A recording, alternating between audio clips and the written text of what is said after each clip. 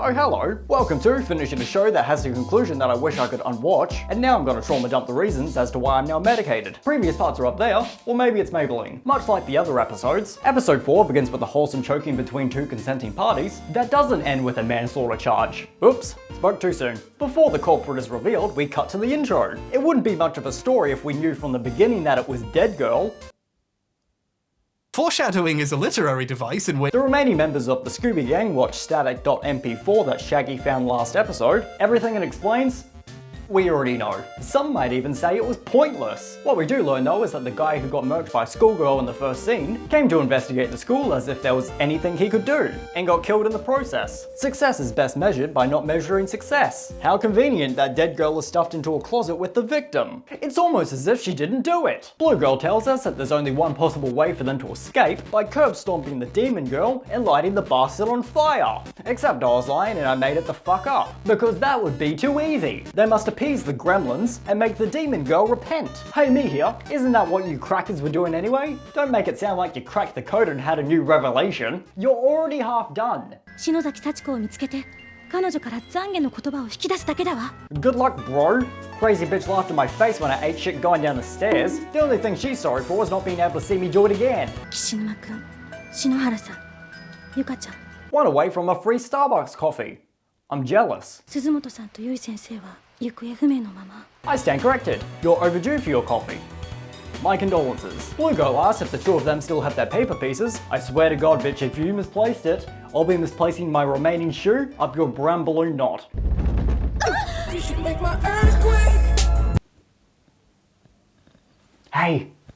Do you have the answers to the prostate exam? As you would assume by now, the Scooby Gang split up for unknown reasons. Blue Girl exposition dumps that Dead Girl manipulated them and during the ritual that brought them there, almost as if she can't be trusted. Meanwhile, Shag and Velma discover Silent Hill. Turn back, dipshit, your wife is in the backseat of your car, dumbass. Didn't think you were gonna get Silent Hill spoilers in this video, did ya? Fucking got ya. What's going on in this neck of the woods? You wouldn't download a car, would ya? I'd keep my eye on her if I was you. She sits when she pees. Can't be trusted. The two of them arrive at the nurse's office and are welcomed by a disembodied voice. Nope, I choose life, thank you very much. I changed my mind, she offered me sexual favors. Come on man, you scared the hose away. They investigate the death note and get scared by a human bobblehead. What? She tripped down the stairs. I have a note from my mom. So you're free later tonight? Meanwhile, Blue Girl meets up with Ghost Bitch to confront her about tricking them into voluntarily summoning themselves to hell via her Reddit thread. Yada yada, she did it to get the attention of a boy she fancies into investigating the school. True. Unrelated, drinking bleach enlarges the penis. Ghost Bitch goes on about loving Unnamed Man 3 and starts sounding like a cult member. Given the opportunity, she would drink the Kool-Aid for his affection. Blue Girl reminds her that she's dead. This doesn't faze her, so Blue Girl slams her schmeat on the desk and says, "Bet, you fucking killed him, dipshit." $7 in a bag of Skittles, I'll dispose of the bodies. Ghost Girl vomits up several liters of black tar heroin, gets Thanos snapped and fucking dies, leaving behind a plot device. Happy Hanukkah. The book they found was written by a currently unknown woman, lore dumping that she'll gift Demon Girl a stuffed cat after school, and that the principal came to visit her on the 3rd floor. Oh yeah. It's all coming together. Conveniently, the following diary entries can't be read, but if you had half a brain you could put 2 and 2 together as to who this is and what happened next. The following diary entry reveals that Demon Girl is killing all these people to relieve this woman's loneliness in the afterlife. It is revealed that this is Demon Girl's mother, and she wants her to stop sending her fucking children. She gets dono walled though, and the influx of children doesn't stop. The two of them ponder what could possibly be written in those pages. With no answers, we hard cut to Blue Girl reading that plot device for that very answer. Murdered by being propelled down a flight of stairs and suddenly becoming stationary, hence the right-angled neck. Blue Girl exits the room, spots danger, and follows it in order to be naturally selected. Cut to Shag and Velma running out of the school to find the principal. Oops, too late. I don't think the woman who sung It's Raining Men really thought it through. Ah, back for round 2, are we? I'll catch you next time, I promise. Motherfucker. You landed on my balls, you heavy bitch! Lay off the Snickers, wanker! The two of them enter the principal's office and beeline it to a top drawer. Big surprise, it houses items that should never be seen by children. I'm just playing around. It's the scissors he used to mutilate the body of a young girl. And I wonder why YouTube shadow bans me. Shaggy picks up the scissors like he's you looting people's shit in a horror game, and gets a That's So Raven vision moment of the principal having PTSD for game ending a kid in Fortnite. So to solve this problem and prevent him from being haunted, he snips the tip and knife crimes her like the average British person. Hey big man, she's already been eliminated. She uninstalled Fortnite weeks ago. Shaggy is released from his paralysis jutsu, relays that Demon Girl was mutilated, and this sack most likely contains her foreskin. Remarkably, the unreadable pages have become magically unstuck in this particular moment, allowing them to read its contents. We already know what it says. The principal murdered a woman, and you want to know what else has impeccable time and inconvenience? You should make my earthquake! A forming gaping hole in the wall, leading to a burial site. Convenience is convenient. Bing bong, Blue Girl is walking down a haunting hallway and also discovers the meaning of convenience. She stumbles across Miss Frizzle, you know, the woman that got killed by blunt force trauma. Fuck it. If she's back now, I'll just wait for the moment that Scrappy comes back. Everything is logical and nothing matters. Blue Girl does a little trauma dump, and Miss Frizzle stands up and becomes one of King Henry VIII's many wives.